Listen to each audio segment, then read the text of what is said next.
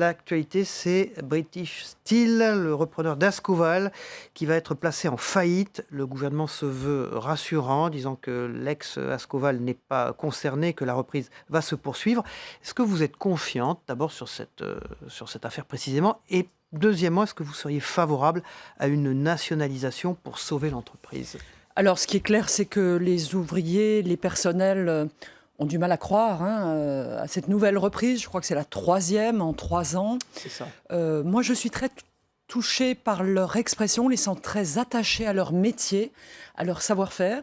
Donc la question, c'est moins le comment que l'objectif. Et l'objectif, c'est bien de garder, de conserver sur notre territoire ce savoir-faire industriel qui est précieux. Un pays qui a de moins en moins d'industrie comme la France doit essayer de préserver les secteurs où on reste performant, où on reste en capacité de produire. Voilà. Donc, après, ça veut dire nationaliser s'il le faut. Après, je fais confiance à Bruno Le Maire, oui, ou mettre en place les procédures du CIRI qui existent pour aider, épauler l'entreprise, notamment en termes de fonds propres, si le repreneur est un petit peu... Selon vous, les salariés ont de quoi s'inquiéter encore aujourd'hui ou pas ? Visiblement. Malgré les garanties que tente de donner Bruno Le Maire ? Visiblement, ils sont inquiets à cause des difficultés financières du repreneur. Donc voilà, il faut que le dialogue continue et qu'une solution plus solide, plus robuste puisse être proposée aux salariés. C'est le début des élections européennes aujourd'hui. La Grande-Bretagne va voter. À votre avis, les Britanniques sont dans un feuilleton interminable que vous connaissez, que tout le monde connaît. Theresa May a ouvert la voie en second référendum et va très certainement partir. Est-ce que ça a un sens, ce vote ? Alors, cette affaire britannique est incroyable. Ils ont décidé de partir il y a 3 ans maintenant. Ils n'arrivent pas à concrétiser. Aujourd'hui, ils désignent des députés qui, a priori, n'auront un mandat que de quelques mois. Ils devraient quitter le Parlement européen le 31 octobre. Alors, il y a des choses positives et des choses très inquiétantes. Des choses positives, on voit que l'Europe, ça apporte beaucoup de choses, puisque c'est très difficile de dénouer toutes les relations qui ont été construites en 45 ans, en termes d'économie, en termes de développement de la recherche, avec nos amis britanniques. Ce qui est très négatif, c'est la tension interne au Royaume-Uni. Bien sûr, ça pose quelques problèmes aux 27 autres États membres. Mais ce qui se passe par exemple en Irlande du Nord est très grave.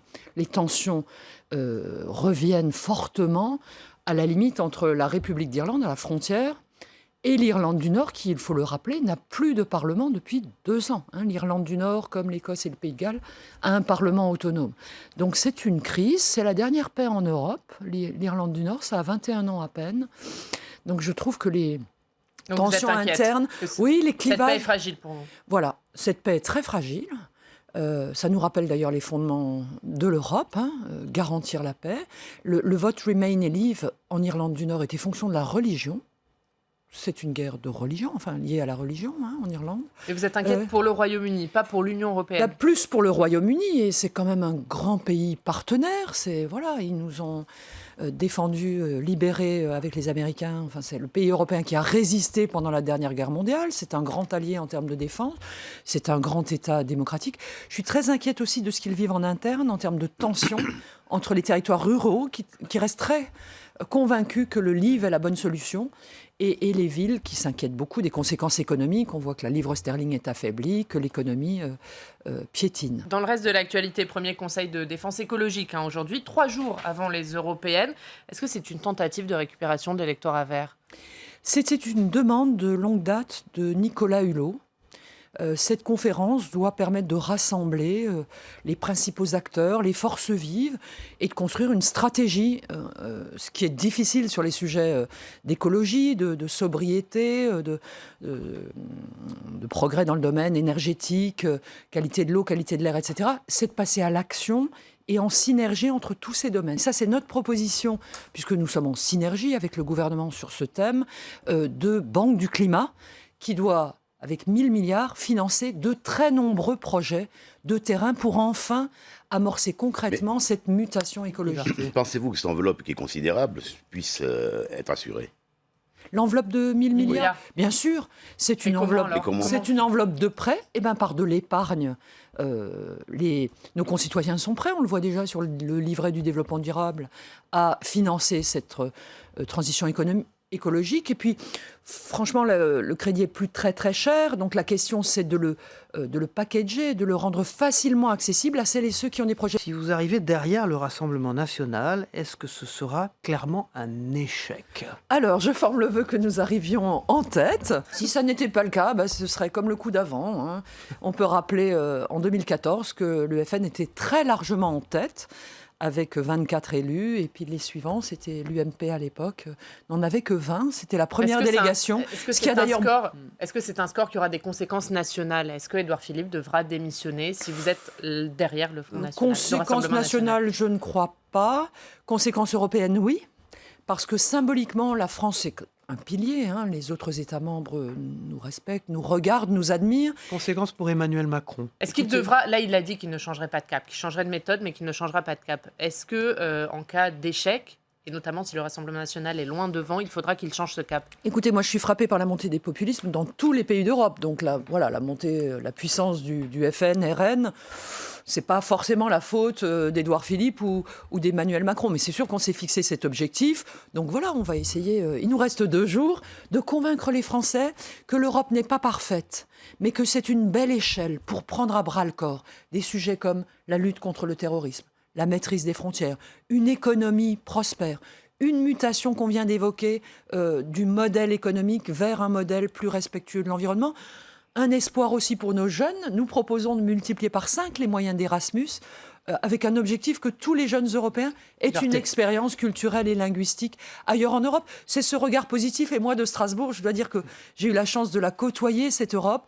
C'est à la fois compliqué, mais tellement riche de travailler avec nos amis européens. Vous parliez tout à l'heure du populisme qui est en train de monter dans tous les pays de nos frontières, dans toute l'Europe, ce qui est tout à fait exact.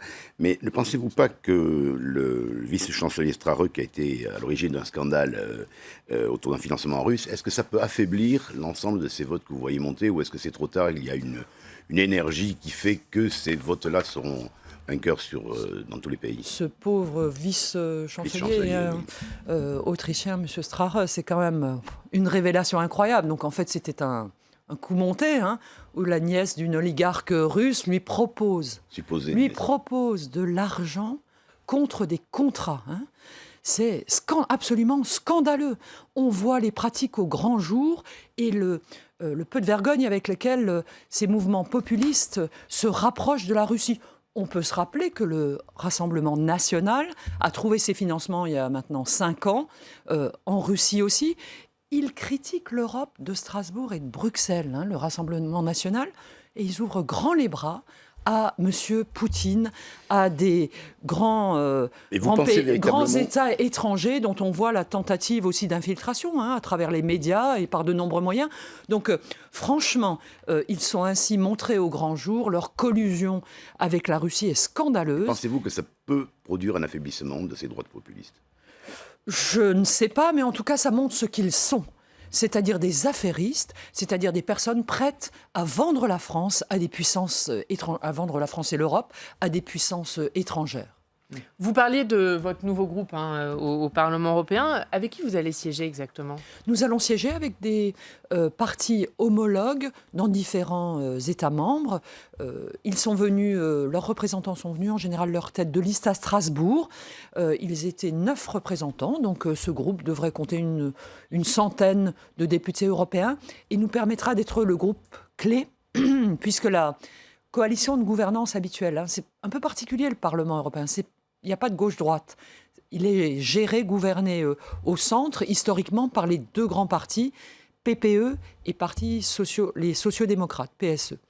Ce ne sera plus possible. Au sein du groupe LDE ou pas? C'est ça, le raisonnement est un peu compliqué. Ils n'auront plus la majorité, d'après toutes les projections. Il faudra un 3e groupe.